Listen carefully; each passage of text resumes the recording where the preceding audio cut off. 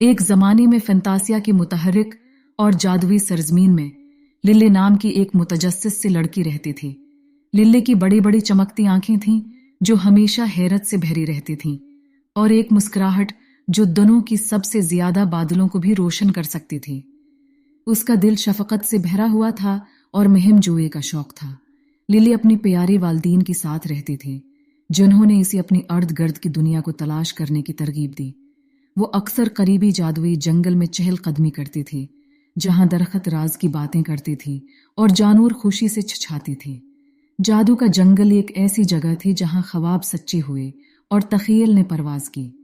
ایک دھوپ والی صبح جب للی اپنی روزانہ کی مہم جوئی پر نکلی تو وہ پھولوں کی بستر میں بسے ہوئے ایک چھوٹی چمکتے ہوئے مخلوق سے ٹھوکر کہا گئی۔ یہ ایک پری تھی جس کا نام ٹوینکل تھا، جس کے چمکتی پروں اور شرارتی مسکراہٹ تھی۔ ہیلو للی، میں ٹوینکل ہوں، جنگل کی پری۔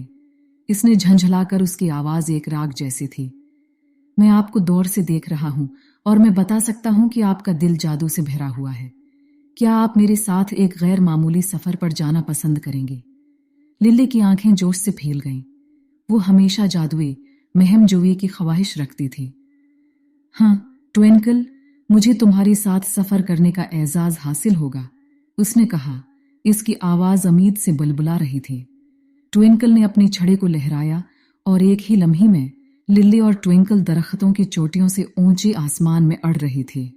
وہ چمکتے ہوئے جھیلوں اور رنگین مرغزاروں پر اڑ گئی، ہوا کو محسوس کرتے ہوئے ان کے چہروں پر گدگدی ہو رہی ہے۔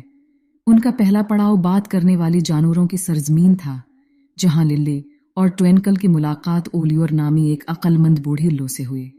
اولیور نے جنگل کی تاریخ کی دلچسپ کہانیاں شیئر کیں اور انہیں تمام جانداروں کے لیے مہربانی اور احترام کی اہمیت کے بارے میں سکھایا۔ اس کے بعد انہوں نے انچنٹ دریا کا رخ کیا، جہاں للی اور ٹوینکل کا سامنا مرینا نامی ایک دوستانہ متسیانگنا سے ہوا۔ مرینا نے انہیں اپنی خوبصورت گانوں اور پانی کے اندر کی بادشاہی کی مشترک کہانیوں سے مسحور کر دیا۔ انہیں ہم آہنگی کی قدر اور ماحول کی حفاظت کا درس دیا۔ جیسا کہ ان کا سفر جاری تھا، للی اور ٹوینکل نے خواہشات کے میدان کا دورہ کیا۔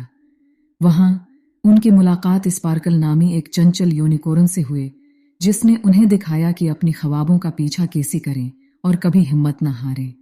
آخر کار وہ خوابوں کی سرزمین پر پہنچے، ایک جادوئی جگہ جہاں تخیل کی کوئی حد نہیں تھی۔ انہوں نے فائر فلائز کے ساتھ رقص کیا، بادلوں سے قلیع بنائے اور اپنی ہنسی سے قوس قزح کو پینٹ کیا۔ یہ ایک ایسی دنیا تھی جہاں کچھ بھی ممکن تھا۔ اپنی غیر معمولی مہم جوئی کے اختتام پر للی اور ٹوینکل جادوئی جنگل میں واپس آ گئی۔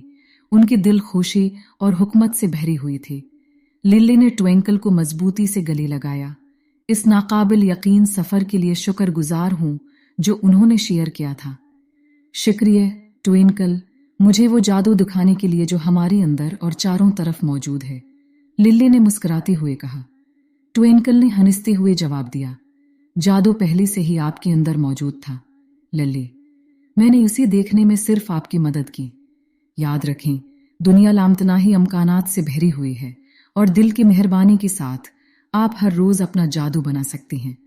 آخری لہر الوداع کے ساتھ ٹوینکل جنگل میں غائب ہو گئی، للی کو پیاری یادوں اور حیرت کی نئی احساس کے ساتھ چھوڑ کر۔ اس دن سے آگے للی نے اپنی اندر فنتاشیا کا جادو چلایا۔ وہ جہاں بھی گئی خوشی اور مہربانی پھیلائے، اور یوں للی اور ٹوینکل کے مہم جوئی تصورات میں افسانوی بن گئی، جو بچوں اور بڑوں کو یکساں طور پر اپنی تخیل کو اپنانے، جادو پر یقین کرنے اور ان کے دلوں کو ہمیشہ روشن رہنے کی ترغیب دیتے ہیں۔